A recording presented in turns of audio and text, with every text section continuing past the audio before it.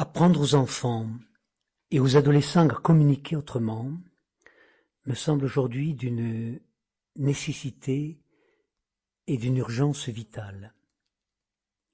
En effet, apprendre la communication aux enfants et aux adolescents n'est pas une proposition neutre.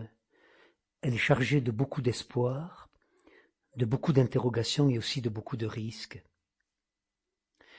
Jusqu'à ces dernières décennies, cette mission d'apprendre à communiquer était confondue avec un apprentissage plus ou moins explicite autour du bien parler, de l'acquisition de la politesse, avec quelques règles élémentaires pour se comporter correctement dans le monde, et cette mission était dévolue à la famille. C'était non seulement au père et à la mère, mais aux proches, aux grands-parents, de donner aux enfants quelques règles de base, leur permettant de tenir la place en société, sans avoir à faire rougir les parents. Il y a, semble-t-il, depuis quelques années, des carences, des manques, des défaillances. La transmission ne se fait plus. Il y a un déplacement de l'action des parents, surtout autour de la réussite scolaire, comme si ça devenait prioritaire sur tout le reste. Et bien sûr, beaucoup d'inquiétudes autour de l'intégration professionnelle.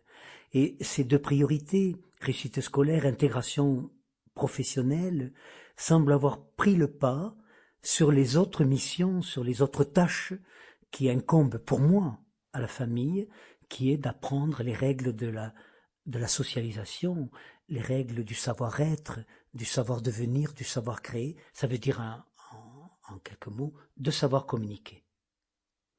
Et puis il y a aussi l'éruption des modèles audiovisuels qui ont pris le dessus. Au fond, tout se passe comme si le modèle, c'était ce que font les autres, ailleurs, qui a pris le pas sur le modèle intrafamilial.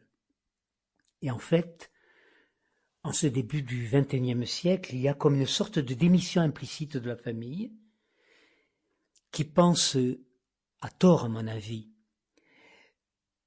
de plus en plus que c'est à l'école, à la société, d'apprendre les règles de vie sociale et surtout de sanctionner les transgressions, de mettre même la pression pour obliger, contraindre l'enfant à respecter un minimum de contraintes pour une vie sociale plus ou moins équilibrée.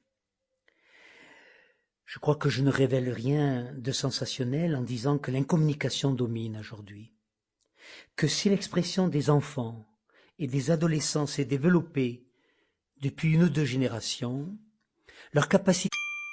Sample complete. Ready to continue?